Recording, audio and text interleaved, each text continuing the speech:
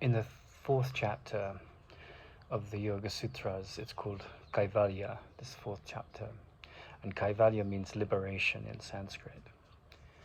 It starts off by comparing yoga, or the yogic practitioner, or the seeker, or the person who is mindful, as to being akin or similar to a farmer. And it highlights and zeroes in on this sense that irrigation is one of the most critical preoccupations of a farmer. This morning, the gentleman who's taking care of the mango trees next door, he came to get water, and then the water was cut off, and now he has to walk a long distance, and he has to get water from somewhere else. So water is so crucial to the germination and the fertilization of life,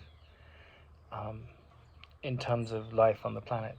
So it's an apt metaphor, and essentially it said, how we channel the chi or the prana or the mind in the direction of whatever our focus is will either bring us closer to liberation or further away. And one of the things that I'm very mindful of in my life is that, I'm in the process of doing about 9 things under the umbrella of Sutra Novum and Bodhi Sutra. There's a podcast channel, there's a publishing company, there's an animation company, there's a microfinance social impact foundation, there's an institute, there's a fashion company, a design company with many layers in it. And then there's therapy services. And all of these things just resonate with the vision that came to me, and I'm developing them. And I was speaking to an Italian woman about the fashion project in the early hours of this morning. And she said, well, isn't that a bit too much? Aren't you spreading yourself too thin? And I heard someone talk about, or she was talking about how one has to be careful of scattered energy. But, if you study the Course in Miracles, it's about, the person that starts out studying the Course in Miracles is very similar to the farmer. It's a novice farmer who doesn't know much about what's going on when it comes to farming. And then at the end of the Course in Miracles, if you've really mastered the teaching, you're not the same person that started. And similarly, people have come in to help me. There's a friend in India that's helping put the books together and the calendars. There's a lady in Peru who's a very close friend of mine, and she's helping me with the graphic design. There's technologists helping me. And there's a sense that this is coming from a place that is aligned with my function. So I don't feel overwhelmed. I just feel like my task I've been given the gift of the inspiration, and then the inspiration has revealed the vision, and then I've just listened to it. And there are times when my ego comes in and says, oh, this is too much, you're crazy, this won't work, you're and I remember when Tara Singh said to me, because the whole thing came from basically something that happened in my 27th year, which is over 20 years ago now. A woman was there in the space where Tara Singh taught the Course in Miracles at the Joseph Plan Foundation, and she was sitting with her back to me, and she was in her 80s and not in the best of health and quite an advanced psychic. And she said, the young man behind me will be a teacher of the Course one day, like you, Mr. Singh. And I have had a similar life to him. I spent 10 years studying with his yoga teacher in India. I don't actually practice yoga anymore. yoga has become sort of a way of life in the mind. I mean, we think of yoga as being physical, and sometimes I stretch and so forth, but it isn't my major discipline. More, it's just looking at the mind, keeping it very quiet. And then Tara Singh took me aside. I was going through a divorce, and I also working with an artist in India, and she was reflecting her challenges with her husband. And I'd been married twice, and when I was going through the first divorce, it really knocked me for six, and the second one too. And now I'm just in a different state, you know, like I wouldn't run into a marriage like I did in those two occasions if you paid me, you know. Not that I wouldn't get married again, but it's just my peace is more important than my attachment to pleasure or company or feeling in some kind of loneliness. And they were hard lessons, hard won. But he took me aside while I was going through my divorce, and he said, Nathan, Krishnamurti, when I went to see him, I had problems with my wife, I had problems with my children, and I wanted to be in the state that he was in. And that was the most important thing in my whole life. And he came from India, and I spent a decade in India, and I have a great love of the culture. It's flawed as any culture is, but it's produced more saints than any other country. And, you know, in being born into that culture, often there's a sense of reverence. It's palpable. I mean, you go to China and there's Buddhism there, but there's no way you could have made India into a communist country. They just have so much devotion to God. But, you know, when Tara Singh was in his early 20s, he realized that any religious system or secular system that promised liberation would trap you. And I agree with that. It's only the individual that can transcend all the dogma that can come to understand himself. So he was in a state where, you know, he just really wanted to make contact with the deepest quality of peace, with the sacred nature of life, beyond the thought of the mind. And he could tell that Krishnamurti was in that state. And Krishnamurti, you know, because the whole thing in the Course in Miracles is, I'm not a victim of the world I see, fear doesn't exist, I'm never upset for the reason I think. And this was long before the Course in Miracles arrived on the planet in chronological time. And so, you know, Krishnamurti was this very profound being. And I think, you know, Tara Singh really recognized it. And he said to him, Krishnamurti said to Tara Singh, go and make some money or I'll never see you again. And this was after he made an appointment in New York to see him. Like, he heard him speak and he recognized that this man was the real thing. That was kind of the same kind of experience I had with Tara Singh. It was just, he was worlds apart, different from anyone I'd met at that point in my life. And Krishnamurti said, I'll see you in 6 months in California, come to Ojai. So he came, this was in New York, you know. So he came to California, and to Krishnamurti, the first thing he said is, I'll give you 5 minutes. Because, you know, wise people don't suffer fools gladly. And someone said to me the other day, well, if you love everyone, how come you're seeing fools in them? And he said, well, I don't see the fool in them, but I won't allow the ignorant fool that they think they are to dominate the conversation in terms of my interactions. So often the wisest, deepest people, they won't put up with games, you know. They won't allow you to trap them in your silly ego trips. They'll find a way around it.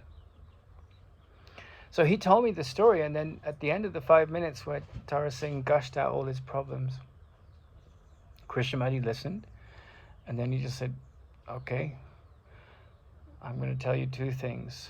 Drop the children and go and make some money. And he told me that story, and it wasn't like drop the children, like don't take care of them, but he recognized that there was nothing that Tara Singh could do to fix the relationship with his wife. But he could get out of it without having to get divorced necessarily, which he didn't, and he could pay for her needs and pay for his children's needs, and then he would be free from that drama and that dilemma. And it's not like one is belittling the children, but he came to the planet to be enlightened. He didn't come to the planet to fit into a format of what's the right thing to do. He did the right thing. He took care of his children, and he also made contact with something beyond time and space. So he told me to do the same thing, and obviously there's a deep urgency in me to know, with a capital N. And so, out of that conversation has come a long journey of sort of inquiry and questioning. And then I was swimming in Mexico, and the word Sutra Novum came to me. I was in Tibet, and this little dog came to me, and out of that came Bodhisutra. But back to the metaphor about irrigation, in the last 2 or 3 months, I've started work again on Sutra Novum, where I put it down for a couple of years because I was diverted with a divorce and some challenges and going to university and just seeing how indoctrinated the dogma of the university was, and realizing that my path was to be a Course in Miracles teacher. Not that I consider myself a teacher, I consider myself a student, because I think one might be more advanced than others in relatively speaking in the illusion of time and space. But the moment you put on that moniker of I'm a teacher, and there's so many temptations that come with it, and temptations to buy into illusions and ego trips, even if they're spiritual ego trips, they're all the same dead end, painful dead end. So in the last few months, I've come back to Sutra Novum and Bodhisutra, and I'm just very passionate about it because it's at the level of form, it's the 9 things I just described, and at the level of function, it's just a way for me to practice what I'm here to master in every task that I do. I mean, I could be washing toilets or cleaning dishes or being an airline pilot or being a doctor. Whatever your job in the world is, that's just something you do to take care of the body's needs and to be self-reliant. That's all form. But at the level of function, are you entertaining attack thoughts? Are you judging others? Are you judging yourself? Is there neurosis? Is there worry? Is there insecurity? And I saw an interview the other day where a woman was asking a sort of specialist of, programmer, what shall I learn from my son? And she was this typical sort of tiger mother, tiger mom of like Asian American story. And, it was all about what I can get from my son to be at the highest level. And the guy was like, no, I love programming. You should learn. I think people should learn programming because AI is changing things. And it brought me back to a statement by Krishnamurti, who said, the quest for security is itself insecurity. And for many years I didn't really understand that, and I was sort of lost in the dogma of that statement, because I could see all these people trying to get a career and fit into a rather sick world, and not judge them. I mean, that makes sense. You've got to find a path, hopefully a job that you enjoy, and some people are very lucky in that sense. But what he meant was, and I'd look at that woman and I could judge her, and she was just being a focused mother trying to give the best to her children in terms of education. What he meant was that if you have that focus and you're not aware of the insecurity that potentially can drive that focus, then you end up being a person who's trapped in the ego. I'm better than you, or I'm not as good as you, or I went to this school or that school, and you're just trapped in this kind of bourgeois insanity, and you don't know it. And so I've given my life. I was very interested in science. I still am to an extent, but mostly my interest lies with the liberation of the mind. And I've sort of looked at it from the perspective of yoga, Advaita Vedanta, the Course in Miracles, Western psychology. And that's why I feel like I'm not surprised that Sutra Novum came to me, because, you know, you can take gems and pearls from all those traditions and weave them together to create something that is inspiring. So that's what seems to be happening through me. But the most important thing is not what I do. It's like that line in Batman, you know. It's what you do that defines you, you know. But it's what you do that defines you, in the sense that if that doing is coming from a neurotic sense of being or an insecure sense of being, putting on airs, all of that, then there's grandiosity and fear and lack of peace. But if what you're doing is coming from a place of wisdom, a place of healed heart, then whether you're a success in a failure in the world's eyes, that's where the work is, you know, to move from a state of peaceful being and to be inspired and to not follow the crowd or to feel that you have to do what the herd does. Because all, you know, spiritual journeys, they take you inward. And you have to listen, as Thoreau said, to the dance of the inner, you listen to you dance to the drum of the inner drummer. And, you know, in that sense, people like Krishnamurti and Ramana Maharshi have been my heroes, because they've been iconoclasts. Like, Ramana was surrounded by this very orthodox Brahmin culture in South India. And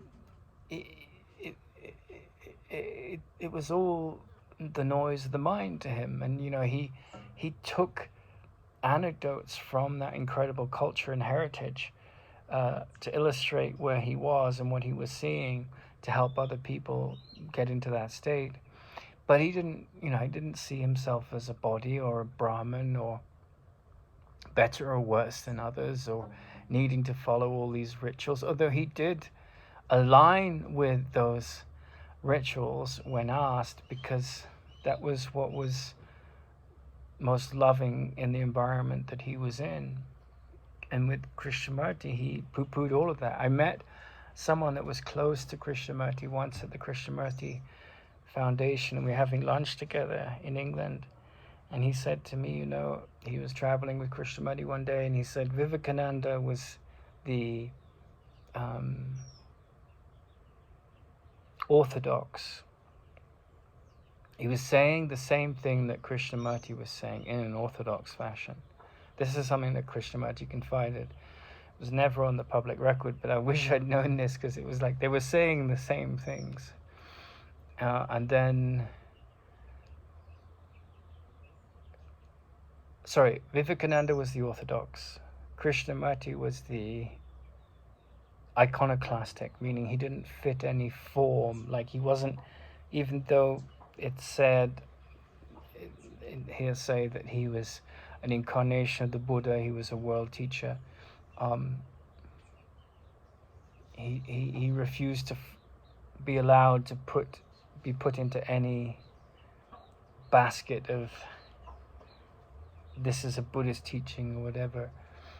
He said the closest thing to what he was talking about was Zen Buddhism. And I spent some time, a month, in a Zen Buddhist monastery. I've spent time in Sri Lankan Buddhist monasteries. I've spent time in Christian monasteries. And I would say without a doubt that's true. Krishnamurti was most similar to the Zen Buddhist tradition. But he didn't do all the rituals, and, you know, all of that was alien to him. He did study yoga, but for the focus on keeping the mind young. And then of Ramana Maharshi, Krishnamurti said that he was the minimalist, because Ramana just said that there's two paths that I can point to that are very fast. One is to ask the question, who am I? And the other is to surrender, and not try and be the doer, but listen for guidance and be protected in that letting go of all you know, which is very similar to the Socratic method. So you get to a certain point where you realize, they're all these great beings that have made contact with something beyond time and space, the very essence and source of creation in yourself. They are not blinded by dogma, not preaching, not trying to persuade anyone of anything. They're just talking from the state that they're in, and people want to know what it's like, and they want to be in that state, and so they point out what you have to let go of, what you have to see through, what things are blocking that way of seeing, and ultimately coming to know. So I'm inspired to create this brand. There's 1 million brands in the world, and many of them are weapons companies, and many of them are poisonous chemicals that do horrible things to our food. So a brand can be used like a hammer. It can be a tool to wreak damage, or it can be used to spread love and meaning. So I chose to, that's how I feel inspired to tread the path. But I have to recognize that it's not about what I'm doing. It's about the inspiration that is the source of it, and that it continues to be the source of it. And it's about how, when you give yourself quite a difficult challenge like this, and Joseph Campbell was asked, what's the ego? And his answer was, well, it's, if I think of George Lucas and Star Wars, and I say, well, I can't do anything like that. That's the ego. It's like putting the thing that puts all the limitations on you. And so you have to, if you're given a sort of task or a challenge which has come through inspiration in an impersonal manner, such as I have had that experience, it's going to bring up like a lot of questions about your self-worth, and why don't I just go and get a job and fit in, and all of that insecurity is there in the mind. But I don't, let me be clear. I was going to say I don't listen to it. I do listen to it. And be clear. You can say I listen and I hear, right? So I hear it. I definitely hear it. But I don't, and because hearing is you hear the sound, right? But then listen as you put it into action. You say, I've got to do this, right? In the mind, the brain says, do this, do that. And then you can either be a slave to that thinking, or you can see the fear behind it. So I do hear those voices of self-doubt and those voices of concern and so forth. And I listen to them, but that saying, and it's in the Course in Miracles, it says, when you're in the desert of the ego's creation, there's only one thing that's saying: to leave the desert. So that leaving of the desert is a bit like this irrigation of the farmer, You can send water to the weeds, or you can send water away from the crop that's going to give you the greatest benefit, right? And be mindless of this. And so it's all about developing mindfulness about how you listen to the thoughts that come. And, the more, it's a little bit like,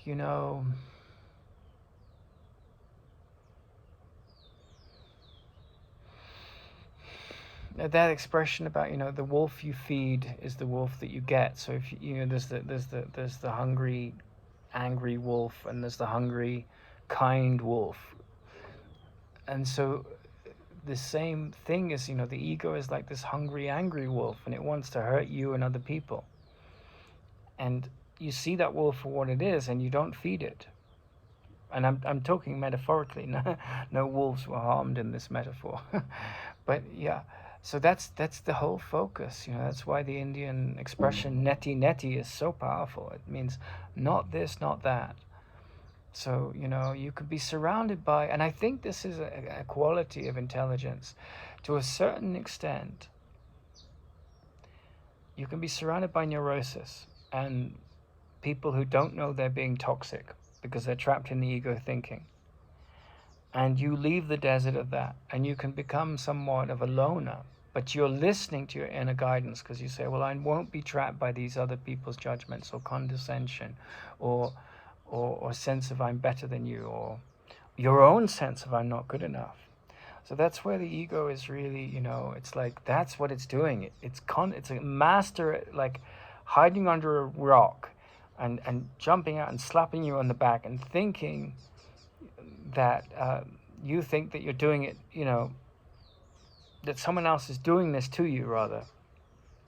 But the ego is actually an aspect of your mind, and it's hidden there behind the rock. Hey, it's hidden there behind the rock in your head. Hey! And it's creating all this drama, and you're buying into it. Like the dog, right? There's barking in the background. And so as time goes by, the voice that traps you in Buenos tardes, traps you. He's got his water. He's come back a long way. So where that's a perfect metaphor, because he had to. Are you determined to see differently, right? So he needed his water, and this is what the irrigation is like. He had to walk 10 steps to get the water from the house I'm at, and then there was no water, right? And so he had to walk a long distance and carry this heavy water to finish his job. He's irrigating the farm, and he's spraying with, I don't know, some kind of pesticide or something. He has to mix it with water.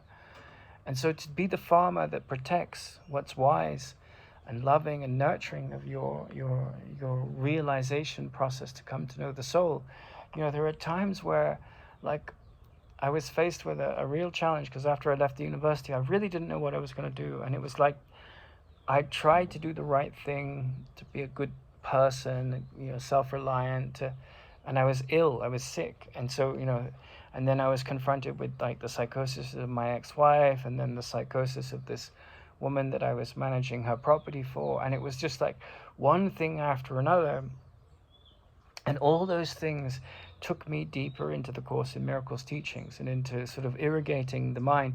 There was some reaction in the mind. And the university was the same, But then I was in Portugal, staying at a friend's place, trying to get back from being quite sick, and just, my mother was paying my food, my friends were taking care of me. And then I came to South America, and I was still processing the emotional fallout of what had happened at the university a year on, I just I'd made this big commitment, and then boom. And then the inspiration came, go back to Sutranovam and Bodhisutra. And it came very slowly, often the Holy Spirit or intelligence, it starts with a hunch. And then you keep at it, and it starts to grow, and it balloons into something beautiful. And then you can feel overwhelmed. There's different emotions, and the ego is there trying to say, okay, he's found a path. The trick of trying to trap him on the wrong path hasn't worked. He's found a path where he feels inspired. That's great. Now we'll make him overwhelmed. And it's like the ego's always there, and it's got an agenda, and it's why, you can see this in a very serious manner, or you can move in the direction of trying to see it with humor, right? So that's where Bodhisutra was inspired, because I thought, well, all of these spiritual teachings are very wise, but there's always a tragic comedy behind the need for them, right? And so that was where the idea of Bodhisutra came from. That there's this very mercurial, shape-shifting, almost infinitely clever ego in the background, and his job is just to, have we got him depressed yet? Is he crying himself to sleep? Is he lovesick? Is he like scared of death? No, it's not working. Oh shit, what are we gonna do? And it's like that's what, and it's really funny, because a lot of these manic depressive comedians are like in the split mind. Sometimes they can see the tragedy from a distance and they're comedic, but they're not necessarily masters of spiritual discipline. But they're sort of, the third eye, or the spiritual eye, is opened a little bit to sort of recognize that if you can't laugh at your troubles, well, they have all the power they want over you, and the ego has triumphed. So like in that metaphor that I was saying, is he like petrified about what's coming? Has he bought into the whole agenda of the conspiracy theorists, or the global warming, or it's like, it doesn't seem to be working. He seems to have really got his shit together in terms of how he sees the mind, and he I think we're redundant. I think we're going to have to find someone else to brainwash. And that's kind of in a parody what the spiritual ego is. I was talking to a friend today in Portugal, and she's quite physically sick, and she's not necessarily drawn to these kind of teachings, but she's a good person. She's very lovely. She loves animals, and very nurturing, and very, very sensitive and kind. But we were talking about the fact that I said, how is your medicine? And she said, well, I could drop dead any day, but yeah, but beside that, everything's okay, And because she hadn't taken the medicine, and it was a big challenge to go and get it and so forth. But she was kind of at peace with it. But who knows what goes on in the minds of a human being, because we have all these dark thoughts. And it's as Kenneth Wapnick says about the Course in Miracles, the Course in Miracles, it's a bit of a misnomer, because it says it's a Course in Miracles, right? You think it's all this wonder and light and happiness and joy. And yes, that's an offshoot of it. But really, it's not a course in positivity. It's a course in, like, as my teacher used to say, love confronts. It means looking directly at what is talking, in the negative thoughts, in the psychosis, in the neurosis, in the worry, in the fear, in the sense of limitation. As Joseph Campbell said, mythology is the study of what is talking, and a dream is a personal myth, and a myth is a society's dream. And so, that's why, characters like Harry Potter resonate, because he goes down into the depths, and he figures out, the power source of this horrible dark lord that cannot be named, and he finds a way to slay the dragon of that monster. And the knight's quest is a universal quest. The job of the knight is to find the dragon, and on the dragon the dragon is the society, the impersonal society that doesn't love or care for you or cherish you. And it's on the scales of the dragon, it says thou shalt, and the knight's job is to kill the dragon, and the thou shalt is to do things by compulsion, or because it's the right thing to do, or it's because people tell you what to do. But that dragon will destroy your spirit and your soul. And I remember, at 18, I'd gone from like a journey to Oxford University, and then I was in Latin America, and then I was in Los Angeles, and I was studying Joseph Campbell. And I know his books almost off by heart. Like his quotes, I spent 2 years, I think, just smoking weed and watching his videos and working. I would come home and I would watch his videos. And he said, someone asked him once, so someone asked him once, what is your job? And he taught upper middle class white women primarily at Sarah Lawrence College. So the power elite that would go on to marry, some of the most powerful men in America, and would become some of the most powerful women in America. Among that group of people, and I'm just talking about the time and the demographic, I'm not making any racial judgments. And he said, my job is to teach those young women to prepare for a life so that when they get to 50 and the kids have left home, and I'm almost 50, I've had no kids, so my journey has been a very internal one, although it's been external in the world. And he didn't have children either. But he said, my job is to prepare, and the kids have left home and the husband might have left them or stayed with them. They have the tools from the myths of society, the age, the eternal wisdom of the society, of the cultures of history, of the civilizations of the world, to handle the passage of life. And he said, if you don't have that mythological grounding, you're going to get older and you're going to lose connection with the divine. Life will get more difficult. Physical illness will come in. People will shun you, as it happens for all of us, whether you're spiritual or not. You'll get rejected. You'll get judged. But you won't have the inner technology, the inner tools to handle that madness. And so, that is the focus of the farmer who is irrigating the fields of his mind. It's the focus of all of us to ground. So that was something that really hit me. It was like, Carl Jung talked about the 2 stages of life, and the first stage of life, and I've kind of done it in a very convoluted way in my own life, but I've sort of done it the wrong way around, although it's been really interwoven. But and it can really relate to Robert A. Johnson here about the slender threads. He was asked, he did a book called Slender Threads, which was an autobiography, and it tells the threads of meaning that came through his life. And I always resonated with that, because Sutra Novum is, the thread of meaning, the new thread of meaning. That's what Sutra Novum means. It's a Sanskrit Latin hybrid word that came to me. I didn't make it up. It just came to me while I was swimming in Mexico. But he says that,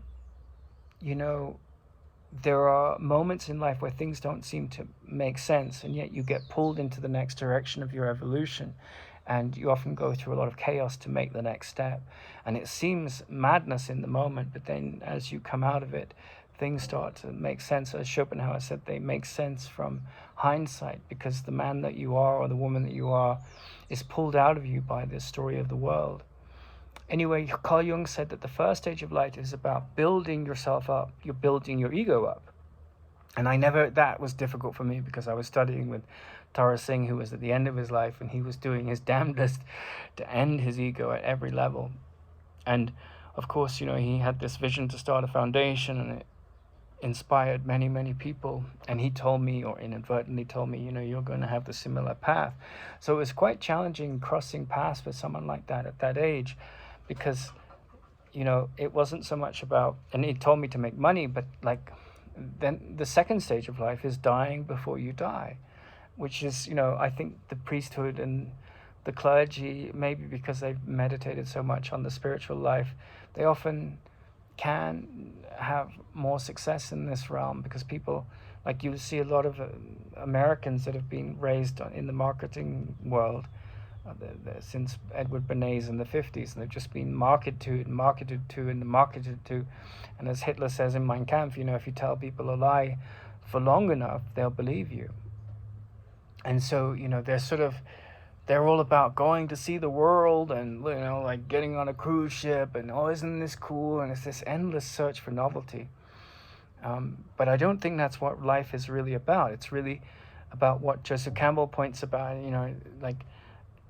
getting the message of the myths. The young boy that Joseph Campbell was so impressed by said, a myth is a lie which is true for everybody. And then the question is asked, what's the myth of your life? And in my life, I would say Parzival was the myth, because Parzival was the knight that found the Holy Grail. And he was, wore these homespun garments that his mother had put on him, because she didn't want him to be a knight like his father. And my father was a pilot, and I didn't feel drawn to be a pilot on ships, that is. And so I didn't, they both knew that I wasn't destined to be a pilot, but because of the conflict in the home, I had to go out, and everyone is Parzival. I had to go out and find a path beyond that. And it definitely wasn't what any of us had planned, but it led me to those few formative years in my early 20s, late teens, studying Joseph Campbell and realizing that, life was really about the mythological.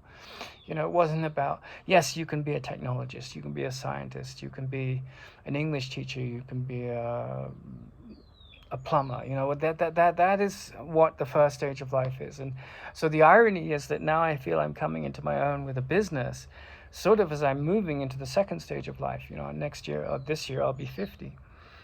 But you know, those things are sort of secondary to me. Like there is Ramana Maharshi, and he's saying, you know, why are you celebrating a birthday? I'm not a body, you know.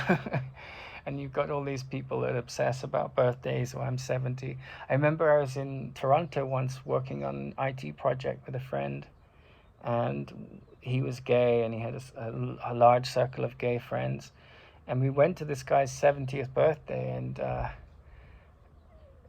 he said that he was in a shop, and the week before, this was at his speech, and he'd met this woman that had a Gucci bag, and she said something. They were talking and they were bantering, and he mentioned that he was going to be 70, and she said, oh, why don't you buy a Gucci bag? And he said, I've got to 70 and I have managed to resist buying a Gucci bag, but maybe I will now. And it's kind of ironic because I'm building a brand, but you know, there was a woman, I think her Naomi Klein, she came a few years ago, and she wrote this book about no brands, you know. And so you can have like, and it just reminded me of like the atheist versus God people, you know, like we believe in God, we believe in atheism, and they fight, and it's like we believe in brands, you know, like all this materialism. And then those that are trying to attack the brands and say brands are wrong. But you know, any idol is just what you make of it, and it can be a trap, or it can be something that is a voice for sanity and love. And so when this man said that, I just remember you got to 70 and you're all about your achievement in the world, but the real achievement, which is something I cottoned onto in my early 20s and late teens, is that, you know, the inner world is where the task is. And you can get to 70 or 80 or 90 and be completely neurotic, completely lost to this meaning of the irrigation of the mind, you know, and live in fear. And the Course in Miracles says there's nothing to fear, right? It also says nothing real can be threatened, nothing unreal exists. And so this whole world is an illusion, and we're in it. So that means that, you know, when we start out on the journey of looking at the neurotic mind, we are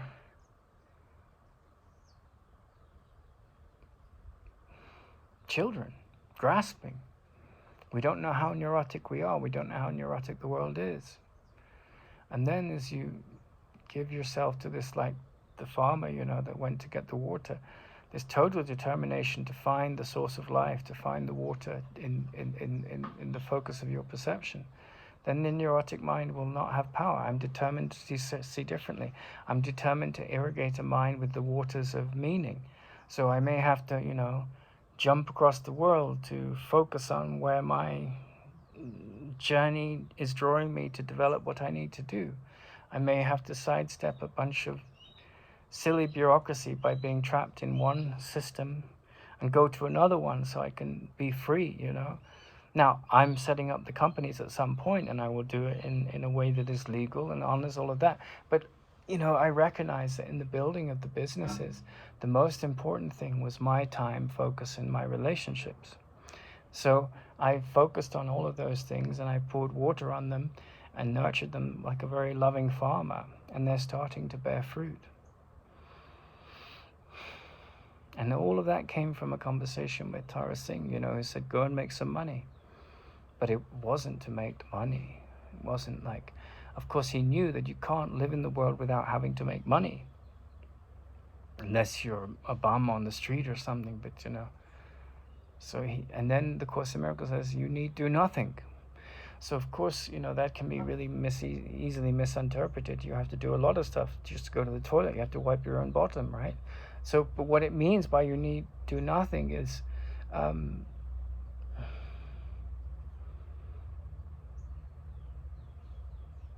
you need listen, and you will be guided. And then you take the guidance, whether it's intuition or sitting still.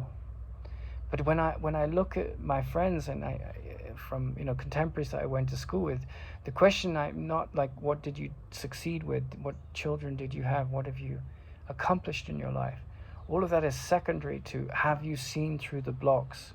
Have you been a witness to the neurotic mind? Are you full of your success and insecurity, or are you full of your failure and insecurity? Because the insecurity is all that matters, to identify that, and the neurosis that comes from it.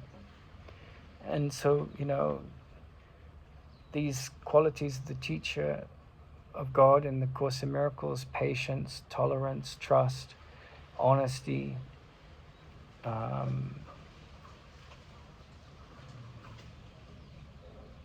lack of judgment, I think, is there. That's the tolerance. These qualities, faith is one. What have you garnered from the journey of your life, and where are you going, and what are you imparting to the people by your presence around you? And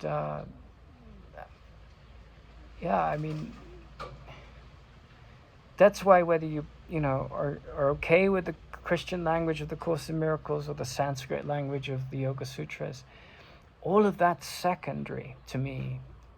What's primary is, are you in love with philosophy? Are you in love with wisdom? And so wisdom, like, I think there's 10,000 sects in the Christian church, right? And they're all saying, oh no, but this is wrong and that's wrong. But it's all dogma. What matters is, are you living proof that rest in peace has nothing to do with the dead. Rest in peace is a commandment of wisdom and love from your most intimate, loving, developed, enlightened, compassionate, empathetic mind. It's saying to you, rest in peace. Wherever you move, whatever you do it from a place of peace. And trust and faith and patience and honesty and, lack of guile, or the only guile that you should really embrace is the guile which outsmarts the ego. There's a story about Ramana, and he has this inspiration to build a wall. I know, not a wall, some kind of hut. I can't remember exactly, but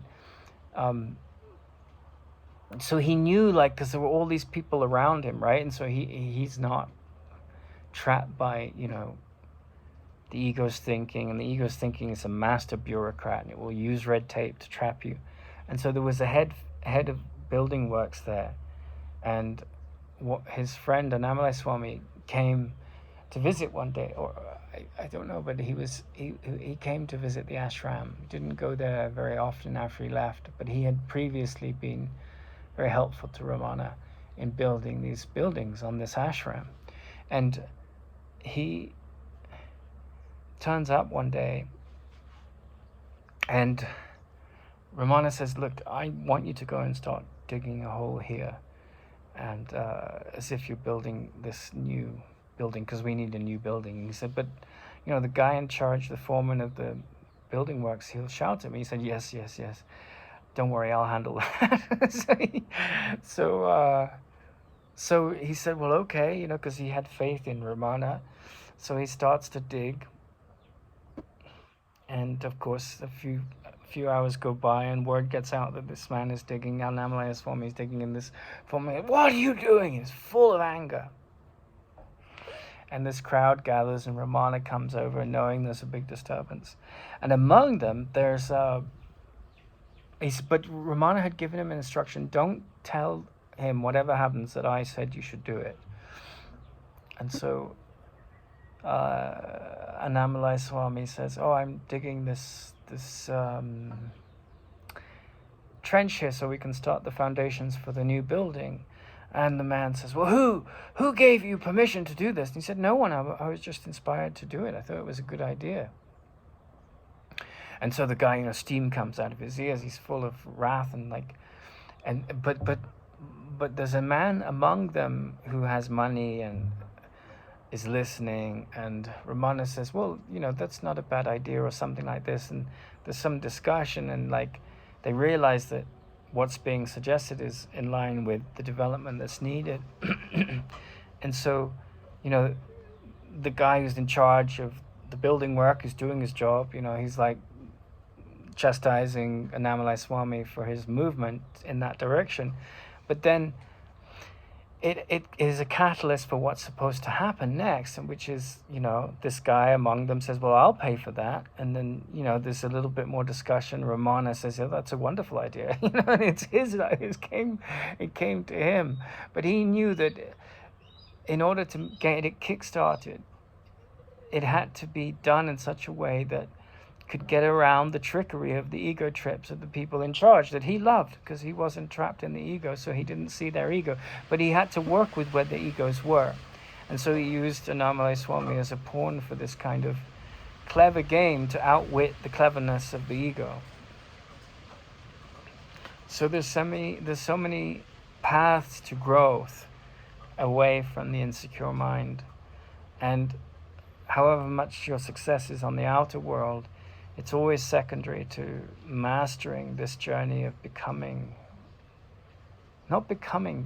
Krishnamurti would poo-poo that word. He said it was the most evil word in the language, because it gives you this sense, like this sense that I need to become someone important in the world, like a Napoleon or whatever, and go out and conquer and prove my power and mettle, And of course, that is the myth of Parsival. He had to go on these quests. So we all are men and women of deeds and quests, But what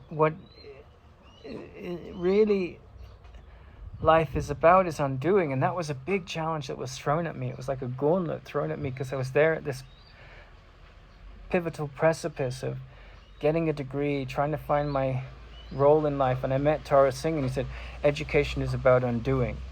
And he was right. My education is about skills and training also. But fundamentally, like, education means to pull out what's inside you. So to find out what you're aligned with. And that was a big challenge for me, because I was very drawn to these spiritual teachings. And yet, the universities of the world were just about money and trying to fit into a really sick world.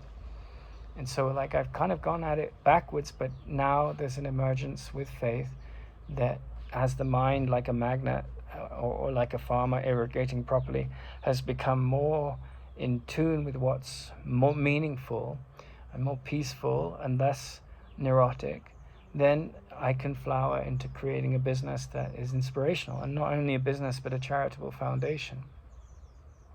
But there's this cartoon, I think from the 60s, about a monkey, and he says, we found the enemy and he's in us, right? And so that's the thing, is that education really starts with that statement, What is it that's blocking you from the unfolding, the natural unfolding, not this insecure becoming, I have to put on airs, I have to become this very important person in the world, but just to pull out what's authentic and meaningful from who you are. And that's what this irrigation is. That's what